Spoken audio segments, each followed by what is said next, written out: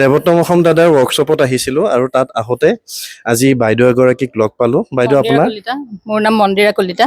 হয়, এতিয়া এখেতে কিছুমান এক্সপিৰিয়েঞ্চ শ্বেয়াৰ কৰিব। খুব ভাল লাগিছে তেখেতৰ পৰা কথাটো শুনি এই কাৰণে যে মোৰ ভিডিঅ' চাই পেলাই মোৰ পৰা এক্সাৰচাইজ শিকি বা কেনেকুৱা ধৰণৰ খাদ্যবস্তু খাব লাগে সেইবোৰ শিকি তেখেতৰ এবিধ বেমাৰ এতিয়া প্ৰায় ঠিক হৈছে। অসুখ এটা হৈছিলে তেখেতৰ, আপুনি ডিটেইলছত কৈ দিয়কচোন।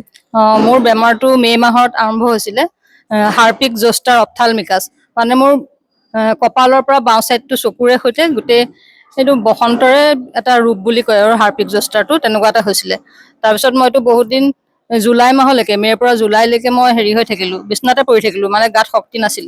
এতিয়া কেনেকৈ কি কৰিম, মইতো দেৱোত্তম অসম আগৰ পৰা চাওঁ, কৰোণা দিনৰ পৰা তেখেতৰ লগত চিনাকি, মানে মন্তব্যৰ জৰিয়তে আজি লগ পালোঁ। আৰু তাতে নীৰৱৰ মই হেৰিবিলাক ভিডিঅ'বোৰ দেখোঁ, মই মানে নীৰৱক দেখি পেলাই মই তেতিয়া ভাবিলোঁ শিকোচোন কিনো শিকাইছে। তাৰপিছত শিকোতে মানে এখেতে অকণমান লাইফষ্টাইলটো ঠিক কৰিলে, কেনেকৈ লাইফষ্টাইলটো ঠিক কৰিব লাগে, কেনেকুৱা ধৰণৰ মানে নিজে সুস্থ থাকিবৰ কাৰণে কেনেকুৱা ধৰণৰ খাদ্যবস্তু খোৱাটো উচিত, তেনেকুৱা ধৰণৰ অকণমান লাইফষ্টাইলটো তেখেতে ঠিক কৰিলে।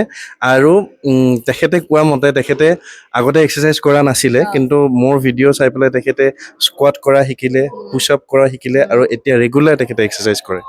তাকে আগতে মই অকল প্ৰাণায়াম আৰু যোগাসন কিছুমান কৰিছিলোঁ, কিন্তু এতিয়া মই এক্সাৰচাইজ শিকিলোঁ এওঁৰ পৰাই।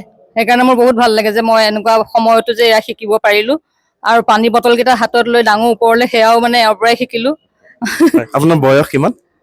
বয়স আচলতে বয়স সুধিব নালাগে, তথাপিতো এই কাৰণে সুধিছোঁ কাৰণ যাতে আপোনালোকে অকণমান সাহস পায়, আপোনালোকে অকণমান উৎসাহ পায় যে এখেতে যদি 50+ বয়সতো এজতো এনেকৈ ঘৰতে থাকি এক্সাৰচাইজ কৰিব পাৰে, তেনেহ'লে ধুনীয়াকৈ আপোনালোকেও ঘৰত থাকি এক্সাৰচাইজ কৰিব পাৰিব। তাত কোনো ধৰণৰ অসুবিধা নাই।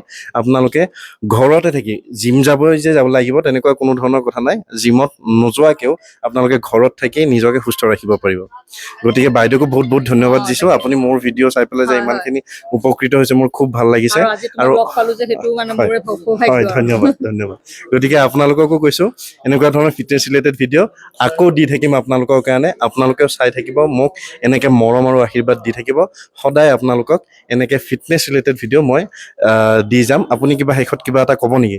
শেষত তুমি যাতে সদায় আমাক দৰ্শকসকলৰ কাৰণে দৰ্শকসকলক কম, এওঁ যিবোৰ শিকাই সকলোৱে শিকি নিজৰ মানে শাৰীৰিক মানসিকভাৱে আমি সকলো সুস্থ থাকিব পাৰিম। আৰু সেইটোৱে, ফিটনেছ বস্তুটো একো পইচা খৰচ কৰিবলগীয়া বস্তু নহয়। ঘৰত থাকি এটকাও খৰচ নকৰাকৈ আমি নিজক সুস্থ ৰাখিব পাৰোঁ। গতিকে মোৰ ভিডিঅ'বোৰ আপোনালোকে চাব, যদি ভাল পায় এবাৰ শ্বেয়াৰ কৰি দিব।